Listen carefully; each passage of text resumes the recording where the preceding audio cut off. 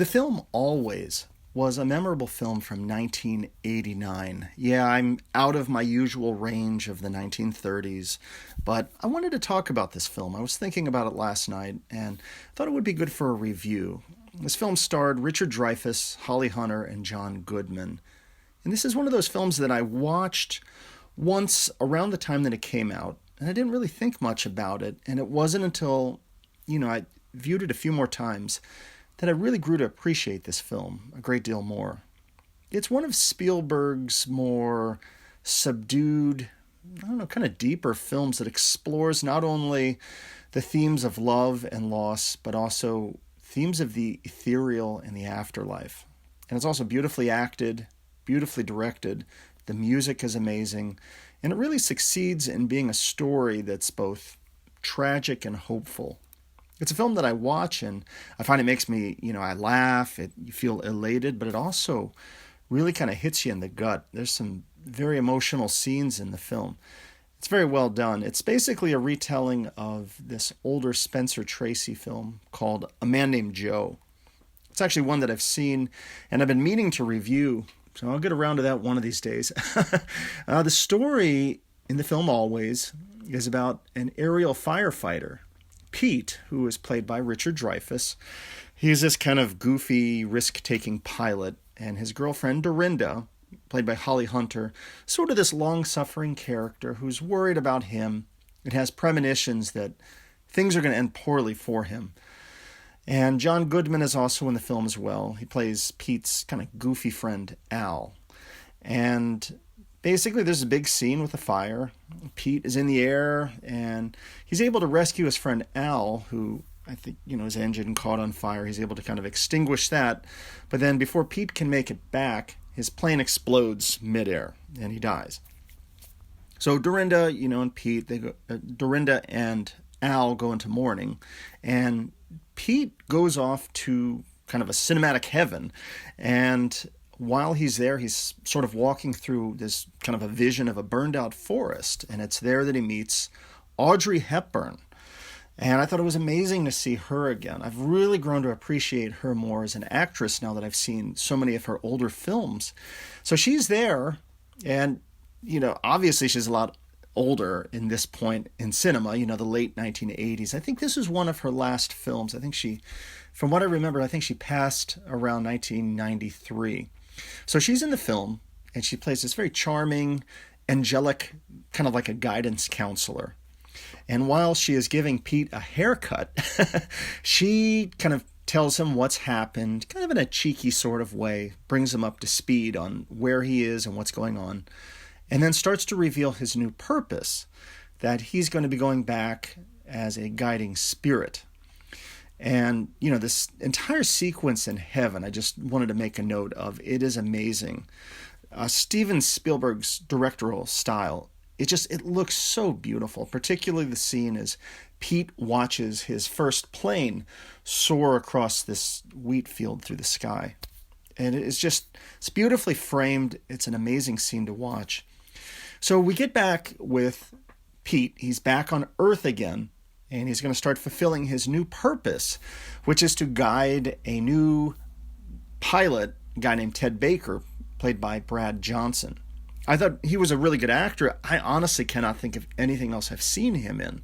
Most all of these actors in the film, I know from something else, Richard Dreyfus from Jaws and a million other things. But Brad Johnson I didn't know, but I think he did a good job as playing just kind of this new pilot, just kind of learning the ropes. He's not perfect. He's making mistakes. But he's got Pete to kind of guide him.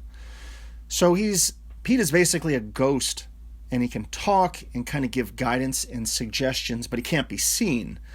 So here he is, and he's helping this guy Ted become a professional pilot. However, where the twist kind of comes in is that Ted starts to fall in love with Dorinda, Pete's old girlfriend. And Pete isn't having any of this because he still cares for her. So he tries to sabotage the relationship. He's not really ready to let go just yet. And that kind of gets to the core of the dilemma of the film. Can he guide Ted and also at the same time say goodbye to Dorinda? Well, check out the film and you can see how it resolves. But it is a beautiful film. Has plenty of humor. There are some action sequences, and there's plenty of just the gorgeous Spielberg production. And to be honest, it did feel like sometimes the sentimentality does tend to get a little heavy. Maybe it mires some of the scenes, but it's not that bad. And Spielberg does keep the pacing of the film pretty good. And it's a beautiful ending to the film. I'm not going to give any spoilers, but I will share that there is a wonderful fourth wall break at the end of the film. I love it, and I'll let you check it out. Richard Dreyfus is great in this film. He has this, goofy playfulness to him, and he balances well with Holly Hunter, who really does an amazing job playing someone who fears for the worst and then survives through it to start rebuilding her life again. John Goodman is there largely for, I would say, comic relief. He and, Richard Dreyfus, they play off each other really well. There's some fun humor. When they're inhaling the helium and stuff together, it's pretty funny stuff. And he even does weird gimmicks like drinks from the center of a Twinkie with a straw. So I don't even know how something like that is possible.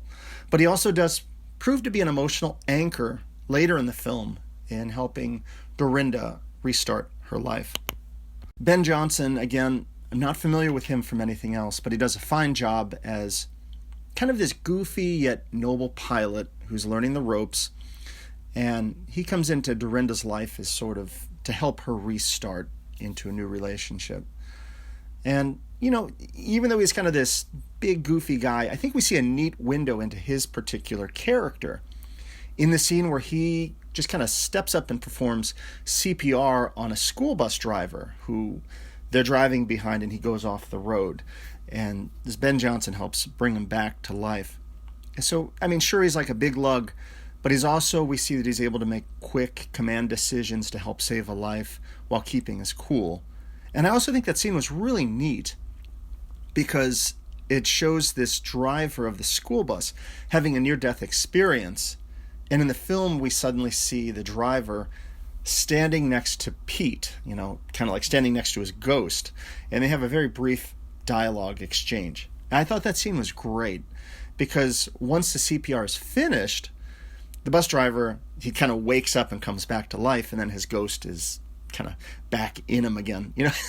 It's a great scene, and there's a lot of amazing sequences like this through the film. But I'll kind of just leave the review just briefly and let you check it out. And one more note: this film features a tremendous soundtrack by John Williams, and it's one far different than his usual bombastic, powerful orchestral masterpieces like, say, Star Wars or Indiana Jones. The music here it's much more subtle and much more emotional. It features, when there are sequences with like the planes flying, you'll hear this beautiful French horn. So there's still the traditional orchestrations, notably when Holly Hunter is in the air near the end of the film. It's an amazing scene with beautiful haunting music. But Williams also kind of veers into this, I don't know how to describe it, eerie, ethereal electronic music. And it's very sort of synthesizer built with orchestrations with it.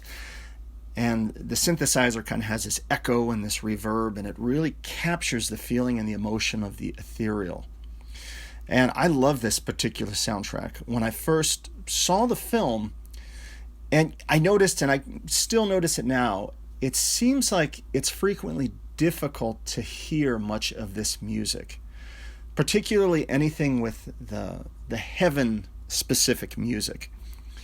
And, I really didn't grow to appreciate this music as much until I had a chance to listen to it isolated from the film. And what an amazing score it is. And unfortunately, this soundtrack seems to be hard to find. I wasn't able to pin it down on streaming services like Spotify or Amazon Music. And the best I could find was there are some collections of John Williams' greatest hits, and you can find the Always Suite. But the actual album itself, you can find it on YouTube. It was there as of this writing. So John Williams' music for this film, it's beautiful, it's subtle, worth checking out. But the entire film is amazing. So that's Always. It's an unusual Spielberg film from the 1980s. and it's definitely worth checking out.